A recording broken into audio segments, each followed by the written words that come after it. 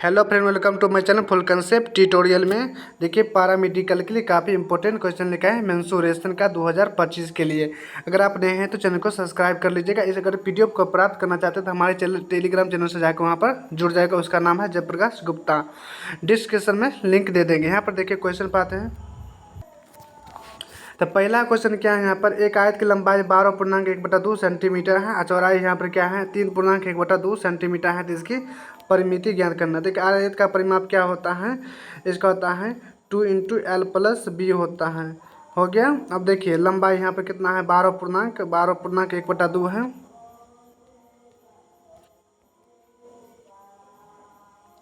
तो 2 × हो जाएगा 12.1/2 हो जाएगा, अब प्लस 3.1/2 हो जाएगा। 12 3 हो जाएगा, यहाँ पर 15 हो जाएगा। 2 × 12 3 15 हो गया। अब प्लस हो जाएगा, ये कटेगा यहाँ पर 1 1 2 हो जाएगा, कटेगा यहाँ से 1 बचेगा। यानी कितना हो जाएगा, ये 16 दूना 32 हो जाएगा। 32 इसका करेक्ट आंसर हो जाएगा। परिमिति निकल के चला आया है। अगला देखिए, एक सम चतुर्भुज के दोनों विकर्ण क्रमशः 20 सेंटीमीटर 26 सेंटीमीटर इसका क्षेत्रफल। देखिए, सम चतुर्भुज का क्षेत्रफल क्या होता है, तो 1/2 होता है और d1 × d2 होता है। देखो, पहला विकर्ण होता है और दूसरा विकर्ण होता है। तो 1/2 हो गया। तो पहला विकर्ण यहाँ पर 20 सेंटीमीटर दिया हुआ है और दूसरा यहाँ पर 26 है। इसको काटेंगे यहाँ से 10 नहीं, इसको मल्टीप्लाई करेंगे तो 260 इसका करेक्ट आंसर हो जाएगा। सेंटीमीटर स्क्वायर हो जाएगा। सम चतुर्भुज का क्षेत्रफल हो जाएगा इसका। अगला देखिए, एक समबाहु त्रिभुज के बराबर भुजा में से प्रत्येक भुजा की लंबाई 10 है। तो अब देखिए तीसरी भुजा, ये देखिए समद्विबाहु त्रिभुज है। इसका देखिए इतना है, इसका क्षेत्रफल ज्ञात करना है। देखिए समद्विबाहु त्रिभुज का क्षेत्रफल क्या होता है, तो 1/4 होता है गुण्य b मतलब तो असमान भुजा होता है। √अंडर होता है 4a² - b² होता है। इस पर अगर बिठाते हैं आप यहाँ से इसका आंसर निकल जाएगा। देखिए, तो 1/4 हो जाएगा यहाँ पर। असमान भुजा बराबर समान, प्रत्येक समान भुजा यहाँ पर कितना है 10 है। असमान भुजा यहाँ पर 16 है। √अंडर 4 गुण्य क्या हो जाएगा, यहाँ पर 10 का स्क्वायर हो जाएगा -16 का स्क्वायर हो जाएगा। तो इसको काटेंगे तो 4 हो जाएगा। अब यहाँ पर देखिए ये कितना हो जाएगा 400 हो जाएगा। 400 में से 256 घटाएंगे तो कितना हो जाएगा 144। 144 का वर्गमूल कितना होता है, तो 12 होता है। 12 चौका 48 इसका करेक्ट आंसर हो जाएगा। 48 सेंटीमीटर स्क्वायर हो जाएगा। इसका निकल जाएगा यहाँ से। अगर ऐसा नहीं निकाल पाते हैं तो इस पर लिखा हीरो के सूत्र पर आप निकाल सकते हैं। ये हो गया समबाहु त्रिभुज, मतलब ई भुजा और ई भुजा बराबर है। ई भुजा अगर 16 दिया है तो ये 10 है और ये 10 है। तो एस बराबर निकालते हैं a + b + c/2 होता है। देखिए, तो a b c, तो 10 10 20 और 16 यहाँ पर 36। 36 बटा यहाँ पर 2 काटेंगे तो कितना निकल गया 18 निकल गया। एस का मान 18 याद रखिएगा, एस का मान 18। तो अब हीरो का सूत्र क्या होता है, त्रिभुज का क्षेत्रफल होता है √अंदर s × s - a होता है। s - a × s - b × s - c। तो कितना निकला था 18। तो 18 × 18 - 10 हो जाएगा, × 18 - 10 हो जाएगा × 18 - 16 हो जाएगा। रूट हो जाएगा। इस पर घटाएगा तो ये 18 हो जाएगा। 18 यहाँ पर 8 हो जाएगा, यहाँ पर भी 8 हो जाएगा, यहाँ पर हो जाएगा 2 हो जाएगा। अब देखिए 18 2 को 8 में से एगो 8 निकल जाएगा, एगो 8 निकलेगा, एगो 2 निकलेगा, एगो 3 निकलेगा। तो कितना है 8 6 48 यहाँ पर करेक्ट आंसर हो जाएगा। 48 सेंटीमीटर स्क्वायर हो जाएगा। आपको समझ में आ गया होगा।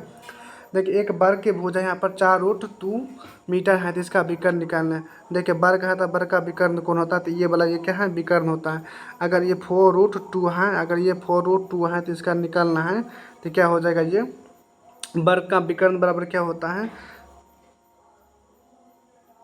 √2 गुने भुजा होता है। वर्ग का विकर्ण बराबर तो √2 गुने भुजा का मान यहाँ पर कितना है 4√2 हो जाएगा।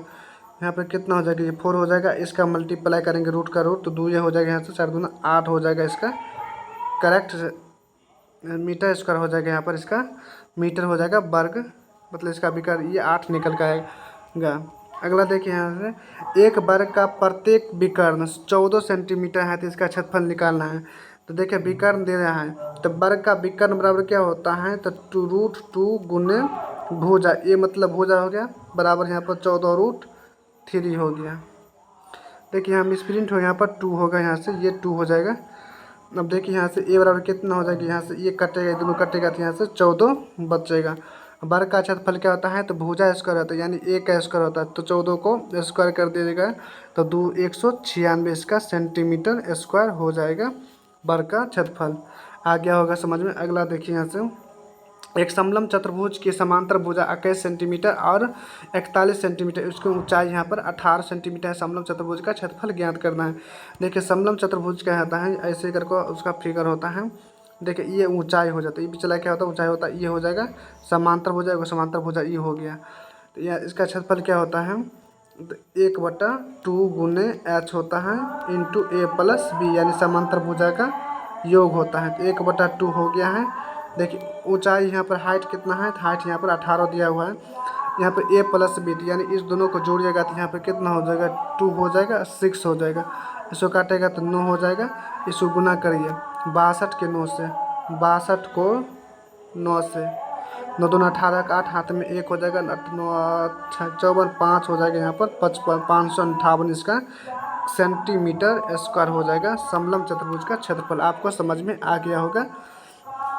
अगला देखिए, एक वृत्त का त्रिज्या 14 है, तो वृत्तखंड केंद्र पर 45 डिग्री को, तो वृत्तखंड का क्षेत्रफल देखिए ध्यान से, यहाँ पर ये हो गया वृत्त, यहाँ पर ये है ना, ये कोण, ये कितना डिग्री है, तो 45 डिग्री का कोण बनाता है, ये 45 डिग्री का कोण बनाता है। तो इसका क्षेत्रफल निकालना, इस एरिया का क्षेत्रफल निकालना है। इस एरिया का क्षेत्रफल क्या होता है, तो थीटा बटा होता है 360 गुने पाई आर स्क्वायर होता है।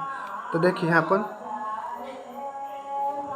तो थीटा का मान यहाँ पे कितना है 45, तो 45 डिग्री बटा 360 गुने पाई का मान 22/7 होगा, और गुने 14 होगा।